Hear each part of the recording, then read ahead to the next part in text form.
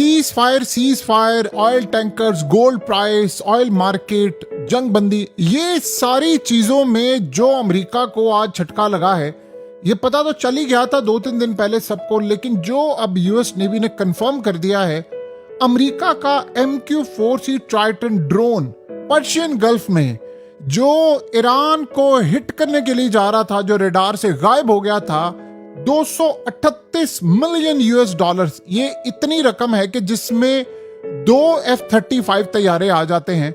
वो मुकम्मल तौर पर 50,000 फीट की बुलंदी पर जाता है और अचानक वो रडार से गायब होता है और लास्ट उसकी लोकेशन आती है कि वो नीचे जाता हुआ बिल्कुल ईरान की जानिब जा रहा है। अब दो ही चीजें थी, या तो ईरान ने उस ड्रोन को उतार लिया था या उसको क्रैश कर दिया था। अब अमेरिका ने कहा है कि वो ड्रोन हमारा क्रैश हो चुका है। इतना बड़ा ये झटका है, इतना बड़ा ये झटका है, उसका तसव्वुर नहीं आप कर सकते कि ये ड्रोन नहीं था, ये 2 F-35 तैयारों की कीमत के मुकाबिल था। और आप अंदाजा कर लें कि उन्होंने क्या कहा, कहते मैकेनिकल फेलियर हो गया, यानी तुम्हारे ड्रोन्स मार गिराए। ये आप अंदाजा कर लें कि ईरान के लिए इतनी बड़ी कामयाबी। अभी तक उन्होंने नहीं बताया कि वो उन्होंने इसको गिराया है या नहीं गिराया, क्योंकि आजकल सीज फायर का मामला चल रहा है। अब वो अनाउंस करेंगे तो पता चलेगा, लेकिन ये इतनी बड़ी ईरान की कामयाबी है कि अमेरिका का 50,000 फीट की बुलंदी पर कोई ड्रोन आप जमीन पर उतार लें और उसके बाद या आप उसको क्रैश कर दें, या क्योंकि इस ड्रोन ने फाइनली एक इमरजेंसी कॉल दी थी और उसके बाद उसके सिग्नल आना बंद हो गए और वो रडार से गायब हो गया। सोचे अगर इस ड्रोन के साथ ये सूरत हाल हुई है जो 50,000 फीट की बुलंदी पर था। आपको पता है ये क्या ड्रोन था? ये बला था, बला। सोचे ये 30 घंटे से ज्यादा कंटिन्यूसली फिजा में रह सकता है। 50,000 की फीट की बुलंदी पर जाता है, ज्यादातर ये समंदरों में जाता है, इसको लैंडिंग की जरूरत नहीं होती। तो 30 घंटे तक ये नीचे जितने शिप्स, ऑयल टैंकर, सब मरीन की एक्टिविटी होती है, ये बेसिकली उसको कवर करता है, उसकी फुटेज बनाता रहता है और पीछे भेजता रहता है। इसका बड़ा पावरफुल रडार है।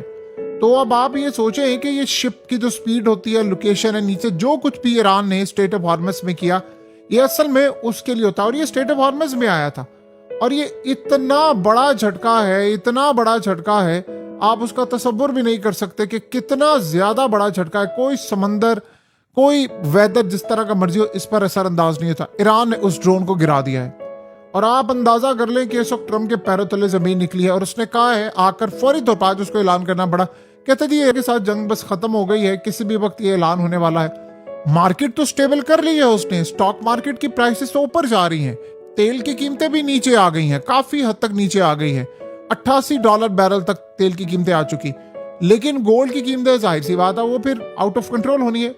लेकिन इस सारी सूरत हाल में अगर हम देखें तो हमें ये बात समझ आती है कि अमेरिका के पैरों तले जमीन निकल गई है और अब वो खेल उनके हाथ से निकल गया है कि ईरान इस लेवल पर पहुंच चुका है कि हमारे ड्रोन रडार से ही गायब कर दे। ये तो अमेरिका करता होता था दुनिया के लिए। अगर उसकी ये ताकत का लेवल है, ये कोई MQ-9 या दूसरे तीसरे ड्रोन नहीं है, ये बड़ा खास ड्रोन है। देखिए जंग बंदी है, मगर इसका ये मतलब नहीं है कि ईरान अपनी एयर स्पेस की खिलाफ वर्जी बर्दाश्त करेगा। ड्रोन के मामले में ईरान इतना खतरनाक है, बगैर वार्निंग के हिट कर सकता है। ड्रोन्स के मामले में आपको पता है कि ईरान से ऊपर तो कोई भी नहीं है। सो ईरान के साथ आपने 42-14 जंग में जितने ड्रोन्स अमेरिका ने खो दिए, इतने तो उसने 20-25 साल के अंदर वॉर ऑन टेरर पर नहीं खोए। इस ड्रोन से मुतालिक अमेरिका का दावा था कि आम मिसाइल इसके गिरा ही नहीं सकता क्योंकि 50,000 फीट की बुलंदी पर है। ड्रोन स्पीड के साथ मुसलसल मूविंग हालत में होता है। इसे लॉक और टारगेट करना फिर गिराना ये कोई आसान काम थोड़ी है। ईरान की महारत इस शोबे में इतनी ज्यादा हो चुकी है, इतनी ज्यादा हो चुकी है कि रूस और चीन जैसे मुल्क भी एंटी ड्रोन टेक्नोलॉजी में ईरान की मदद लेते हैं। तो ईरान तो आप समझ लें कि वो एक बला बन चुका हुआ है, वो तो किसी सूरत भी पीछे नहीं हटेगा। इन्होंने अब किया क्या, गुस्सा इनको चढ़ा। इन्होंने इस वक्त, कल आपको पता 20 से ज्यादा ऑयल टैंकर्स चले गए थे स्ट्रेट ऑफ हॉर्मस से। तो अब इन्होंने गुस्से में आकर किया क्या है कि अमेरिकी फौजों को रवाना किया है कि जाकर ईरान का क्यों कोई ऑयल टैंकर जा रहा है, क्यों कोई कंटेनर्स और ये तमाम चीजें जा रही हैं, फौरी तौर पर उसको रोका जाए। तो ये बहुत बड़ा इनके लिए झटका चला है और वो अमेरिका भी इस जंग से निकलना चाहता है। उन्होंने कहा है कि 2 शराइत आप फौरी तौर पर माने, हम जंग बंदी की तरफ आएंगे। एक तो जो ईरान की सुप्रीम लीडरशिप है वो फुली इख्तियार दे ईरान के स्पीकर को और फॉरेन मिनिस्टर को, क्या मुज़ाकरात में जो भी आ रहा है कि आप उसको फाइनलाइज करके उठेंगे। यानी ये नहीं है कि आप वहां से बात करें और पीछे आप मामला तय करते रहे और फाइनल वो आकर करें। उन्होंने कहा आप ये करेंगे, एक चीज। नंबर 2 सूरत हाल ये है कि इन्होंने कहा कि फौरी तौर पर आप स्टेट ऑफ हॉर्मस को ओपन करें और निगोशिएशन हो, बातचीत हो। उन्होंने कहा जी ओपन तो ऑलरेडी है, बस पेमेंट है वो तो हम ले रहे हैं। तो अब आप ये सोचे हैं कि जो ईरान के खास तौर पर जो कुछ आए थे इनके ऑयल टैंकर्स चाबहार से, उसको अमेरिका ने अभी कुछ टाइम पहले उसको वापस भेजा है। उनको गुस्सा ये चढ़ा हुआ है कि अब अमेरिका को ये बात समझ आ रही है कि पूरी दुनिया में हमारी बेइज्जती हो रही है, और अमेरिका ने आपको पता है कि ईरान के ऊपर 30 दिन की पाबंदियां हटा ली थी। अब उन्होंने कहा जी वो 19 अप्रैल को एक्सपायर हो रही है। तो ईरान ने किया क्या कि मिलियंस ऑफ बैरल, करोड़ों बैरल उन्होंने मार्केट के अंदर भेजे, उन्होंने चाइना को भेजे, ग्लोबल मार्केट को रिलीफ दिया।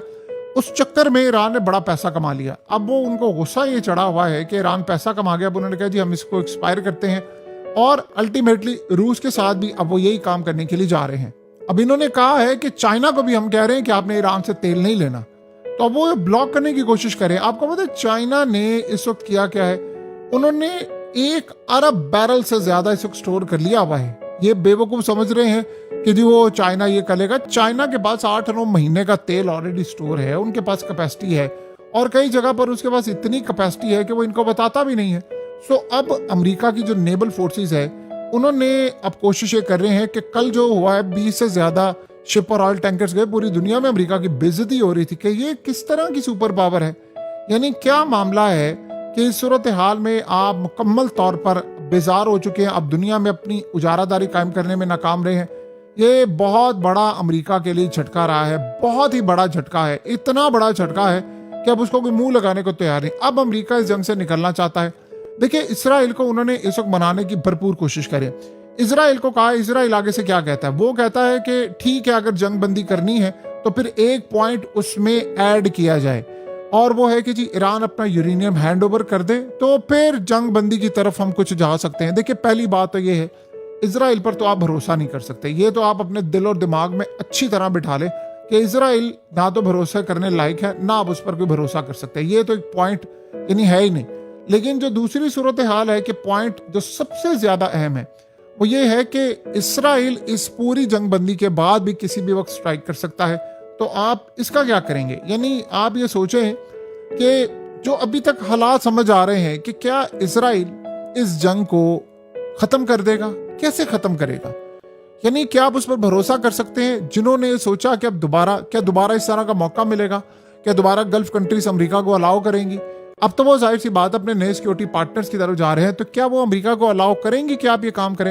ये एक नामुमकिन सी सूरत हाल हमें नजर आती है। बहरहाल जो भी आप कहें, अमेरिका के लिए ये एक बहुत बड़ा भयानक दौर है, भयानक मामला है, और अमेरिका इस पूरे खेल को अच्छी तरह समझ रहा है कि हमने क्या करना है।